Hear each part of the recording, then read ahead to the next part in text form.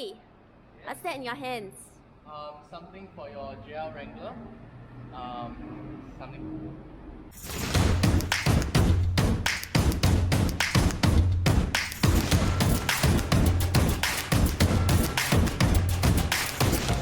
Hello everybody. Today for this episode of the Jeep Journal, we'll be installing the Mopar Auxiliary Switch bank on Emily's JL Wrangler Rubicon. And here I have in my hands, fresh from the mail, is auxiliary kit, and we shall go ahead, open it up and see what's included. Now, as all of you all can see, it's well packed. From nothing short of what I expect from Mopar. Things are in bubble wrap, and for this, this is actually a cubby. For non-Rubicon models, as you do not have the front and rear locker switch and also the sway bar disconnect switch, you will have to install this in place of whatever that is on your car now. However, for the Rubicon models, you can simply ignore this part, so we'll put it back into the bag. What we actually have here is the auxiliary switch themselves. Looks good. Nice chrome bezel, 1, 2, 3 and 4, and the buttons are kind of springy and nice. It has LED indicators to show when it's on and off. And here we have a bracket for the PCD module. PCD stands for the power, PDC sorry. PDC stands for the power distribution center for the switches, and we'll leave them aside. And now coming to the main bulk of the kit, we have a wiring harness, and let's remove it. As you can see, this big lumpy mass is actually the PDC. So this is the power distribution center, and along the line there are actually 4 fuses, each corresponding to each of the switches. It's labeled nicely here. AUX2, AUX1, AUX4 and AUX3. As you can see from these switches, these fuses, you can actually see that each of them have a different amperage rating. AUX3 is at 40 amps, AUX4 is at 15 amps, AUX1 is at 40 amps, and AUX2 is at 15 amps. So if you're going to install something that takes up a lot of amperage, like an air compressor, it's good to actually connect it to the 40 amp switch. And you have other small things like maybe a mini portable fridge. You can actually connect it to the 15 amps switch. And we have some cable ties provided, a bag of hardware, shrink tube and some plugs, more shrink tubes, and a packet of clips, plastic rivets and nuts for you to connect to your car battery. So these plastic rivets, later I'll tell you what they are used for. And last but not least, a very thick book of instructions. So now let's start work, and let me put back the stuff.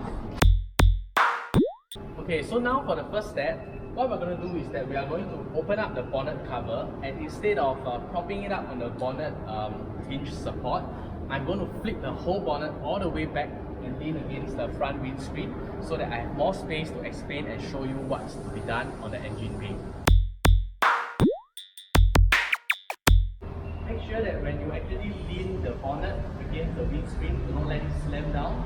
Slowly down and lightly place it on the windscreen. And now, as you can see, you have enlarged your workspace for the engine area. And before we actually start on the engine area, there are 2 things that you need to take off. One will be the fender lining, and second part will actually be this interior trim.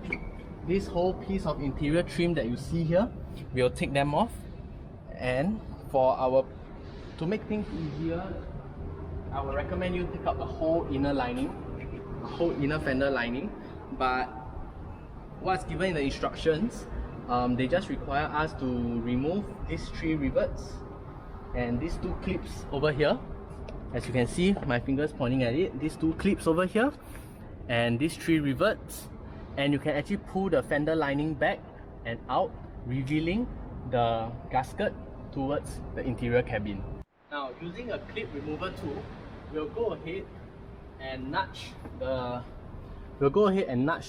rivets and slide it behind and forcefully pull it out. It's not going to damage anything much. You can also choose to use a cutter to actually cut out the rivet, but for this video I'm using this clip removal tool. And there you have it. We have our 3 rivets safely removed, and now we'll go ahead to remove these 2 push button. And how we're going to do that is same thing, prop it up, slide it behind. Be careful. Once you have it firmly in place, pop it out,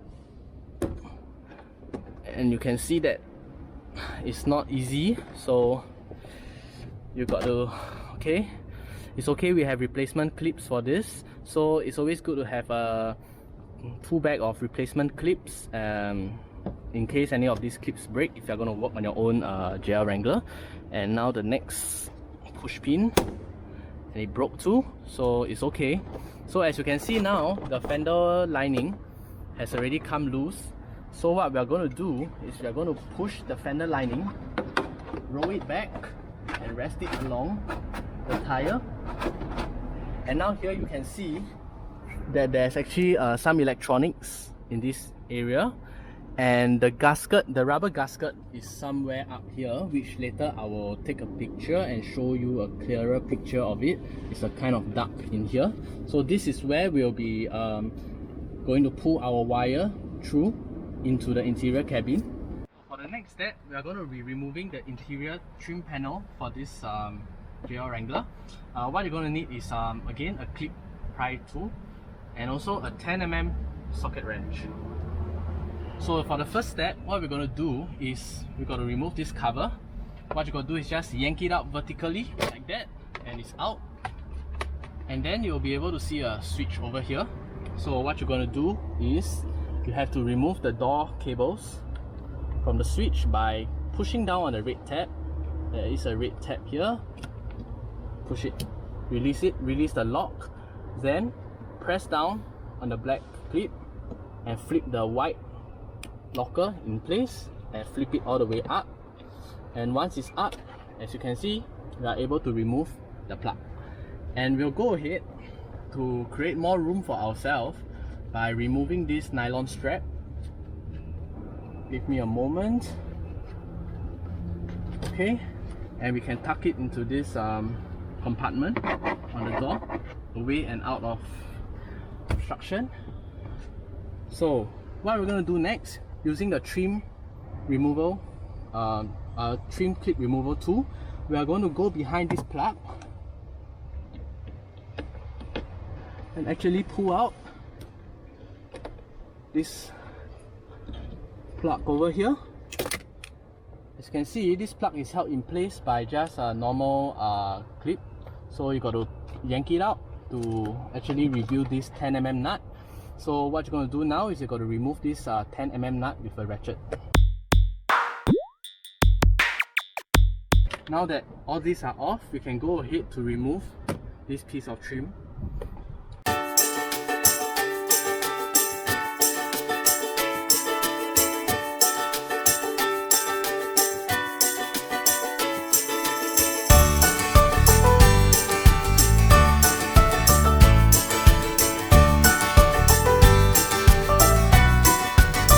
It's loose, and you can now take this whole trim panel out,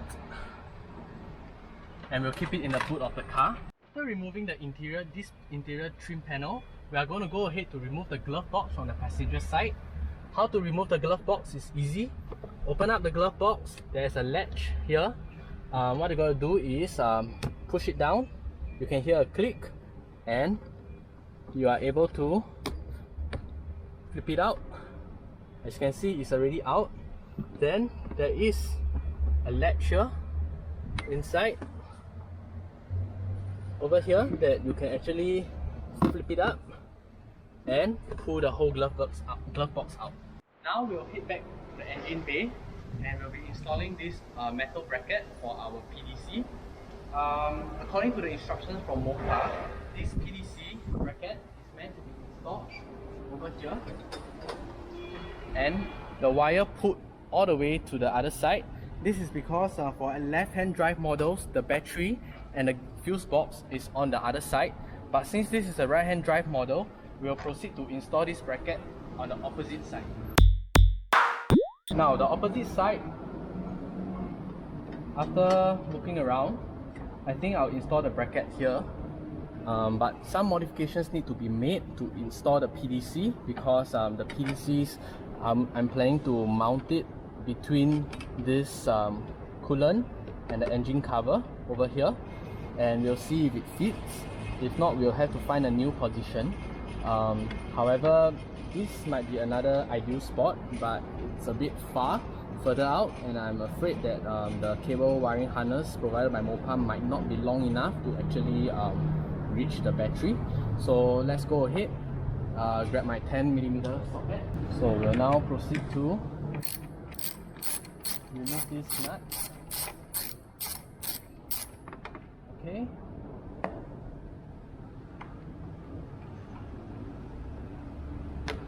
And we will install the bracket. The bracket actually has a contour to it, so I guess this side will go on top so that it actually bends down. And we'll go ahead and reinstall the nut.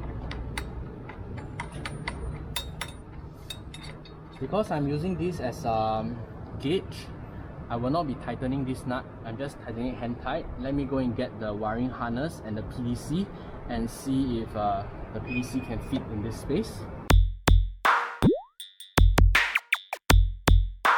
The PDC is actually quite a big lumpy unit that it's quite sturdy. So let me untangle the wires. As you can see, the wiring harness is actually not very long, so we have to fully optimize whatever length or whatever space that we have on the engine bay. So it is there, and see.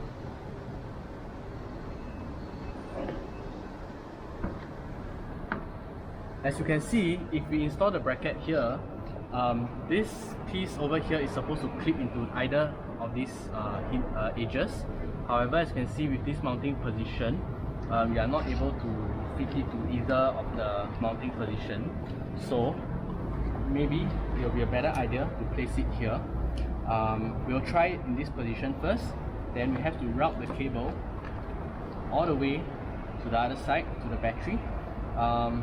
It's actually positioned in this angle because in the left-hand drive models, this PDC will be on the other side and these cables will nicely come out in this direction. So let us relocate this bracket over to this nut.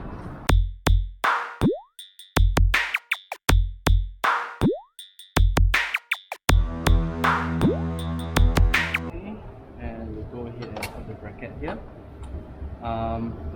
This might be a more ideal position so that you can actually mount the PDC on this latch. So we'll go ahead and tighten it first.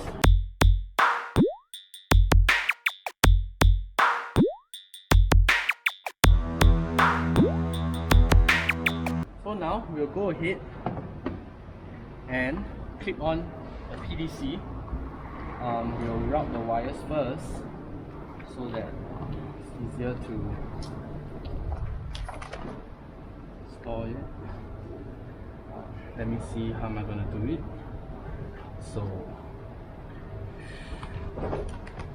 okay, we might have to remove this again because I'm hoping to route the wires behind this mount all the way there, and I can't stuff the wires inside behind because this coolant box here is actually blocking. So we'll do a quick removal. Okay. Oops. Lucky. So with the cable set behind in mind,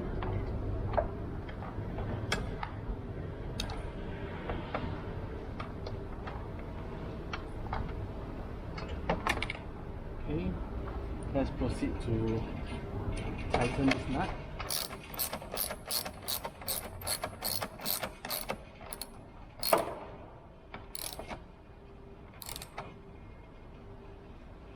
Okay, and now we'll be mounting the PDC on this latch over here. There is a nice opening over here that you actually clip it on. So when you put it in, here the clip. Yep, that's the clip that you are supposed to hear. And you can see that your PDC will now be mounted in this position with the wires routed behind the bracket. And now we proceed to route the wires all the way to the battery compartment. Okay, so the wires will run along this cable trowel. You can actually zip tie the wires to the cable trowel as per instruction. Do not worry about the fuses being close to the engine cover. These fuses are made for high temperature. It's meant to be in the engine bay. So let's proceed to cable tie them in. The cable ties provided by Mopar may be a bit too short to actually go through the trowel. So I brought my own set of longer cable ties. And what I'm going to do is I'm going to start rearranging the wires. So let us get this cable tie in. It's going to be on the other side. Okay, and you can see now the cable tie is routed. And what we'll do is we will zip tie in place loosely. Do not tighten anything as of this moment, because you would like to actually have a feel of the feet of the cable. Straighten the cable, and the instruction actually told us to remove these two bolts so that you can slide the cable underneath. But from the way I look at it, because this is a right hand drive model, this is kind of thick, so I don't think there's enough space behind this bracket, and I do not want to crimp and press on any wires. So what I'm going to do is I'm just going to cable tie it nicely. Like I say, zip tie it loosely so that there won't be any so as you can see, what I've done is I've actually did an extension. This is supposed to go on the positive terminal of the battery, but looks like after going through this way, I actually don't need an extension. I can actually just route the positive cable and attach it to this 13mm nut. So I'll have to remove this piece of cable, but meanwhile you can see these two lines, this stays in the engine bay and this goes into the cabin. Let's try to route the cable behind this bracket.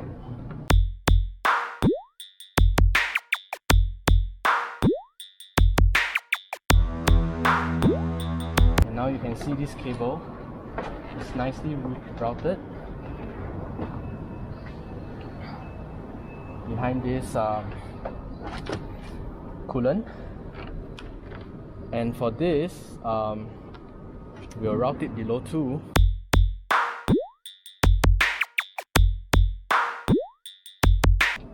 We have routed the cables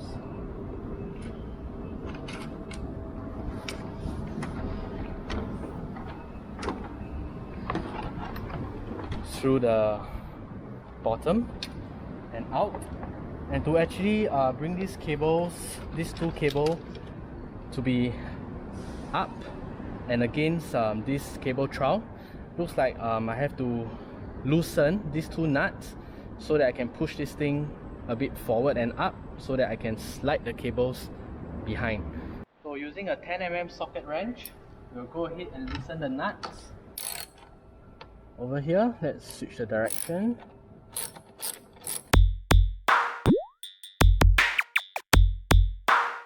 And we'll now proceed to move this mount.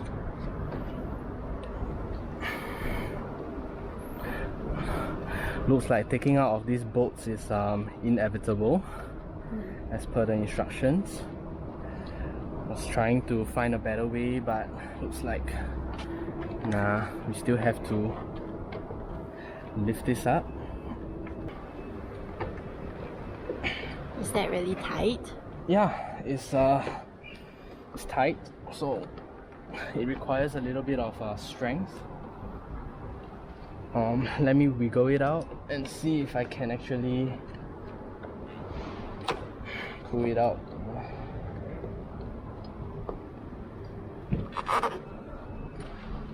Okay, looks like we didn't really have to.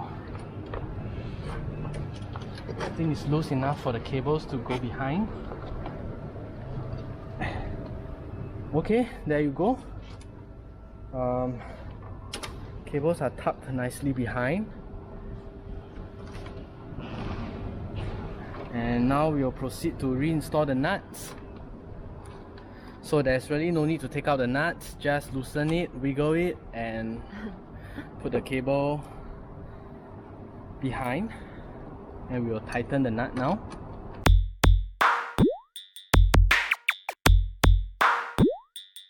Okay, and there you have it. We have successfully routed this cable from the right side of the vehicle to the left side where the battery and the fuse box is. On top of that, I realized that we actually do have a slack over here, so we can go around to adjust that portion later on. But let me remove the extension that I've made. Find it. There it is. Actually, I think I'm glad I made the extension, because after some readjustment of the cable, I realized that this positive cable is not long enough to actually reach this nut, and I do not want it to be leaning against this cover. So what we're going to do is we're going to route it like that, pass the side of the battery and to this side of the nut, and we'll go ahead to do with that. But before that, let us cable tie it tight, and one more cable tie over here to nicely lock everything in place.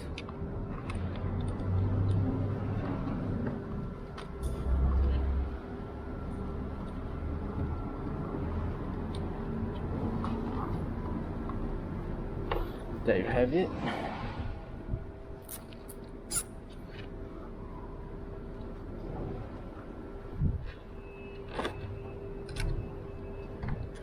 And like I said previously, do not tighten so that you can make adjustments like that. This is actually your inline fuse, and you tighten it down.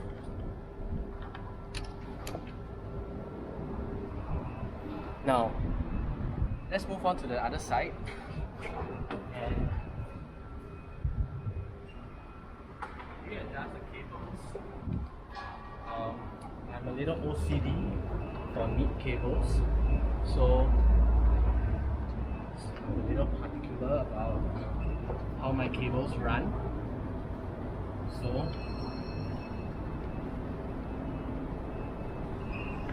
with that, length, tighten the cable so that it doesn't move around, and I'll take a few more cable ties and we'll try and attempt to run the cable tie through this cable trowel and cable tie this area so that at least it is in place. Now after spending the last 15 minutes tidying up the cables, we finally managed to do it. As you can see, all these cable ties are neatly in place. The wiring harness is running parallel to the trowel, the cable trowel, and wiring is tight. There is no play in it, so it's possible, just need a lot of patience. So now we'll go ahead and snip off all the heads of the cable ties.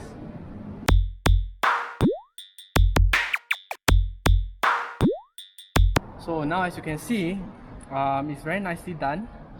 Everything is tight in place, no movement, no play.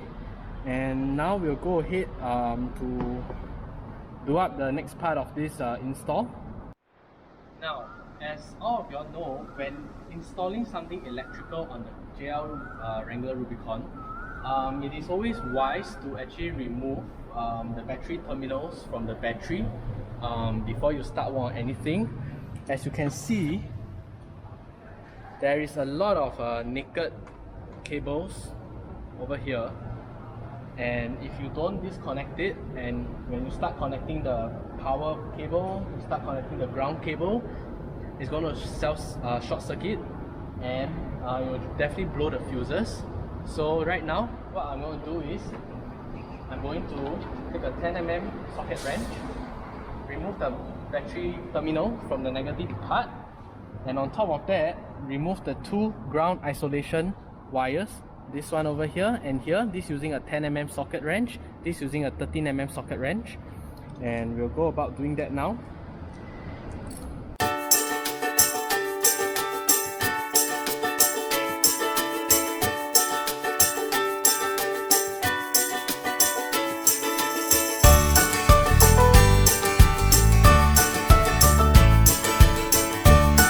We can move on to the next step, which is we'll actually connect up the positive cable to the positive terminal.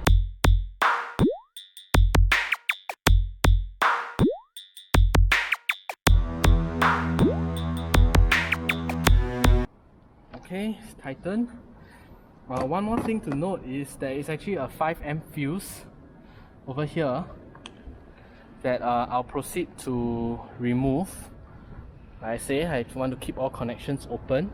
It's a 5 amp fuse so that nothing gets shorted, nothing gets damaged. So we'll leave the fuse aside. Okay. And we'll proceed to loosen the nut.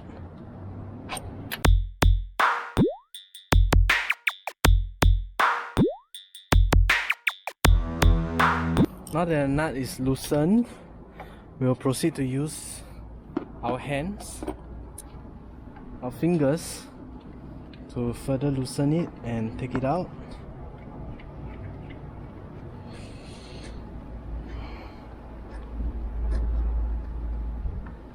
Yep. Now the nut is out, we'll proceed to install our ground cable on this stud and reinstall the nut. By the way guys, I'm sorry for the backtracking of certain steps and confusion.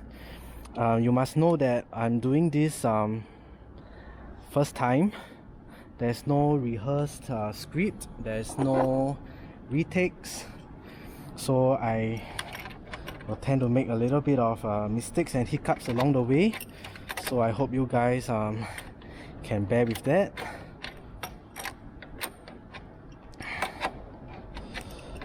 Okay, let's tighten it up. Space is really very tight in here, so trying my best to tighten it up.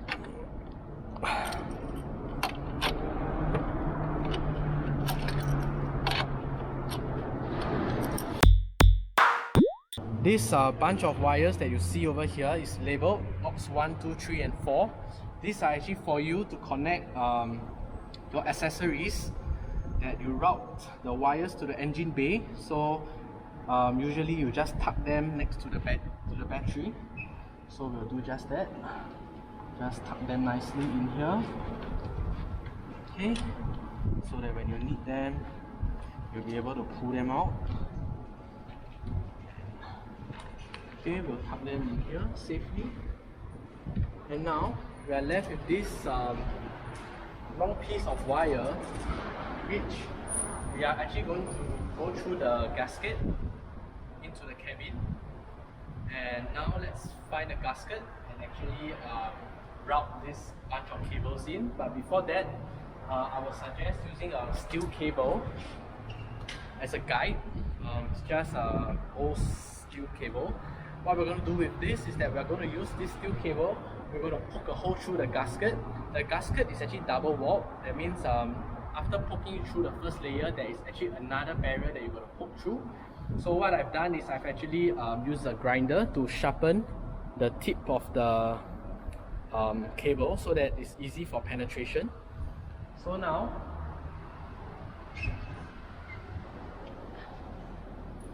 let us look for the gasket, which I believe it's somewhere here on top. I can feel it with my hands, but I don't think you can see it clearly in the camera. So let me try to take a flashlight to show you. Here you see this thick bunch of wires that actually runs all the way inwards. So as you move your hand inwards some more, you can feel a rubbery barrier, which is this thing that I'm actually feeling. So this is the gasket that you're supposed to run your wires through. And now we'll go ahead to actually poke it in. Because I think there's no point showing it on the camera, what I'm going to do is I'm just going to take a quick poke, and after that, once I have the other end of the cable in the cabin, I'll actually proceed to go into the cabin and show you where the cable actually comes out from. So let's start.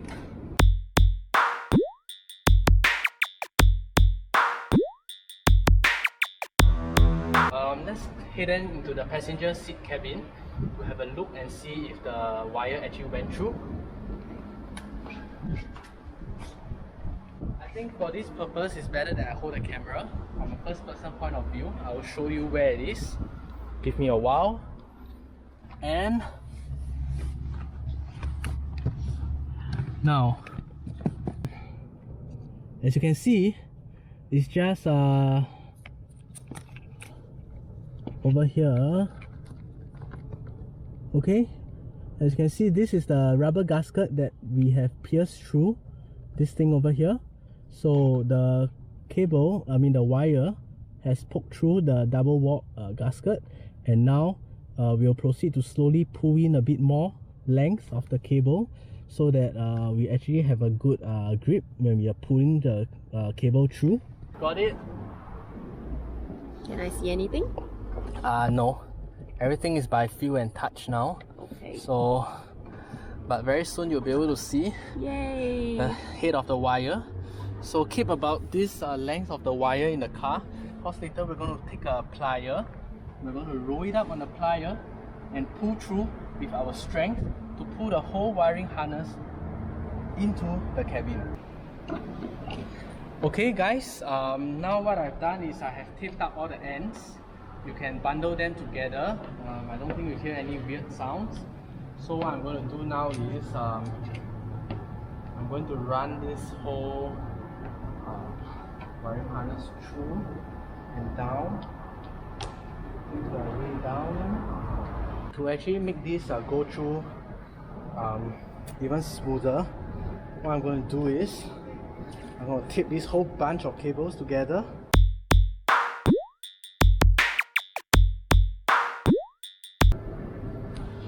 Okay, and now we'll actually poke it through.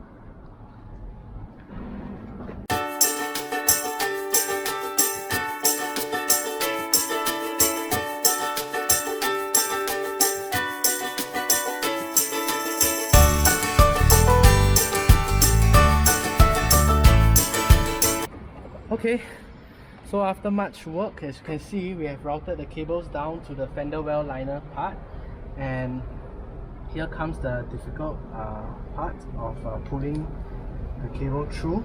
So let us remove the long insulation cable that I have stuck on just now to make the install a little easier.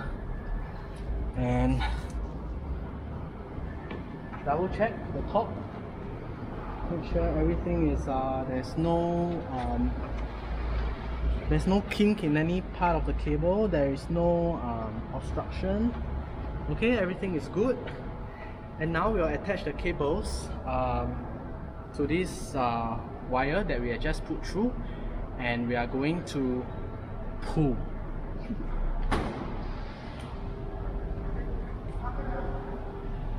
As you can see, the cable that's to be put through the firewall is actually kind of thick. So what I'm going to do is I'm going to tape the cables tightly into one, and hopefully put some grease on it, and after that pull it through with all the strength. So it's like I'm going to be using a lot of tape.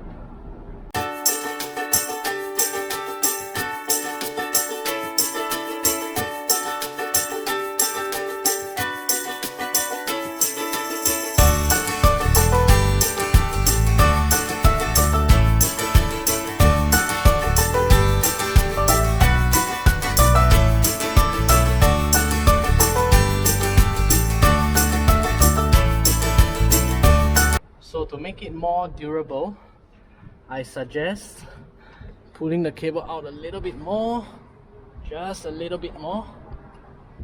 Okay, we are going to route the wire around the cable so that it does not slip out when pulling through. So this gives it a very nice and tight fit around. To be honest, the cables look very thick. I have no idea how I'm going to pull it through that small little hole that I've just made, but nevertheless worth the try.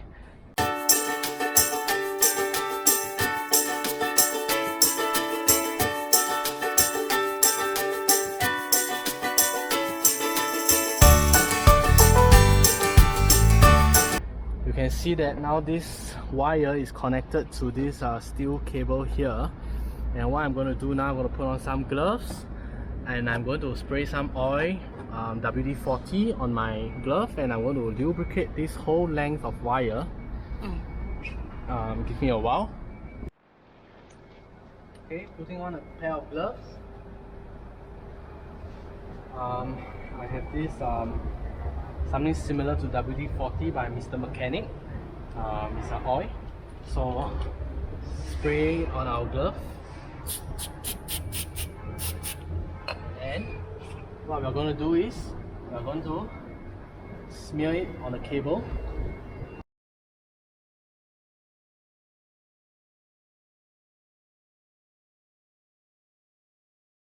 Okay, I think it's lubed up enough. So I'll take off my glove and I'll proceed to get my pliers.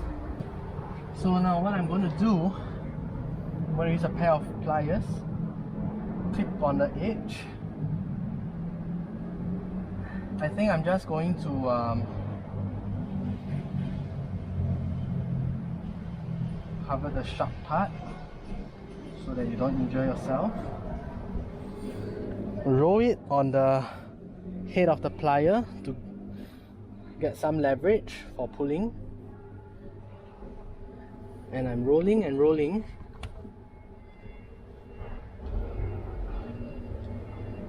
Okay, and when you think that you have enough leverage, what we're going to do is we are going to slowly, with two hands, pull, and there you have it. But this is only the first part. There is another lump at the back, so we are going to continue pulling. I'll put on my gloves. It's a little bit oily. I'll proceed to clean it off with some alcohol wipe, or maybe I'll proceed to clean it off with some alcohol wipe now. Okay, we are done with everything. So now you can see we have two cables here.